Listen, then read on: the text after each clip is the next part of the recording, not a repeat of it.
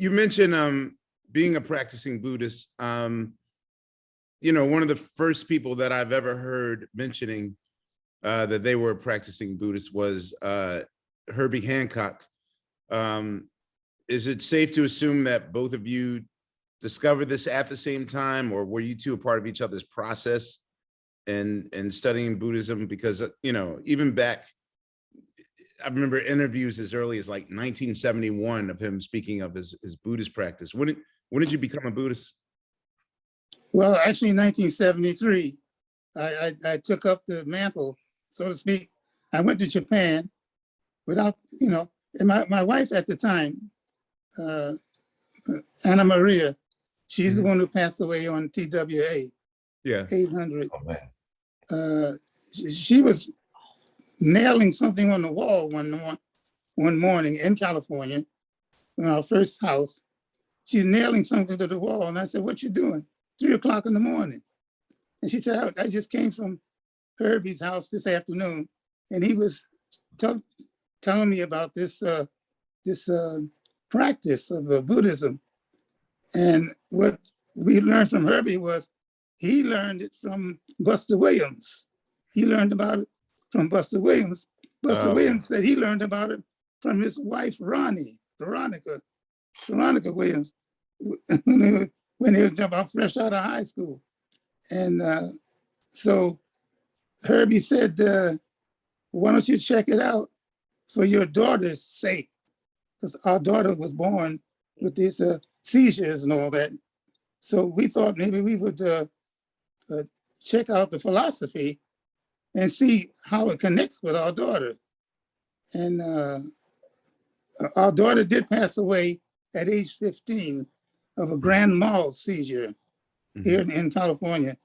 But the wise practitioners of Buddhism say she came with brain damage, but she completed her mission. And her mission was to bring her parents, to expose her parents to the ultimate law of life, the ultimate law of their life, that you are eternal and stuff like that. A lot of the same sayings, but she came to wake us up, even though she only had a few words, she only learned a few words to speak and stuff like that. But her life was not in vain. So we're looking at a lot of other people who kind of think something is in vain. There's no use to do this. I'm going to give up on it. I got a bunch of shirts out here. It says "Never give up" on the shirt. Gotcha. So that's and it's not so much trying to be perfect and be a religious person. Like in fact, some of us who practice this Buddhism get wilder. Well, hey, I mean, or anything, you get wilder. Weather report comes next. So of I'm course, about to say, right? I was going to lead into, do you think, because the thing is, especially with the history of our people in this country, with Black people, Yeah.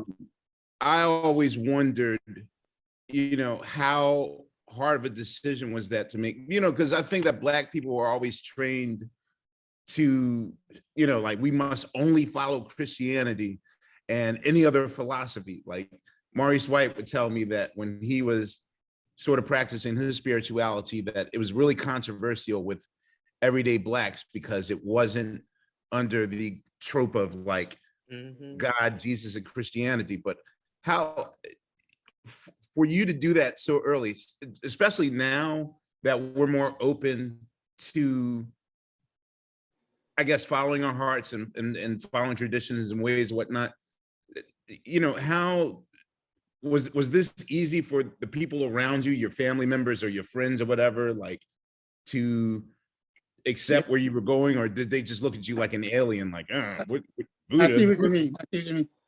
I was 40. I was 40 or 41 when I thought, like I said, I got it together. I know, I can take care of myself. There's a point where some of us think we know everything, that we can handle everything that's coming our way. Mhm. And when I was 40, I stopped to think about my daughter's seizures, how she came into the world with the brain damage and all that. And I started to think about this. I said, wait a minute, there's some stuff I don't know about. So I started listening to what some of the people I knew. Of course, it was Herbie, Buster Williams, my wife at the time, Anna Maria. She started working on this, listening to philosophy before I did. And when I went on a tour in 1973, July 3rd, to Japan, and when we all left, it was a weather report, we all left and went stopped in Hawaii. I stopped in Hawaii behind them, took another plane and got in a small hotel by myself because I was actually handling alcohol. So I didn't want to be myself. We had a few days off before we did a concert in Hawaii and just get ripped. Not just get ripped and sloppy and everything. I got me a new suit, Panama suit, and I walk around acting like I can handle everything. I went from nightclub to nightclub, sitting at the bar, talking philosophy, some jive philosophy with people and all that. And they told me, once you start to do this practice as a Buddhist, all of this junk that you have in you is going to come out. It's like a water hose, a garden water hose that hasn't been used in a long time. And when you flush it with this philosophy, the first thing that comes out is a lot of leaves and rust and everything like that out of your life. Mm.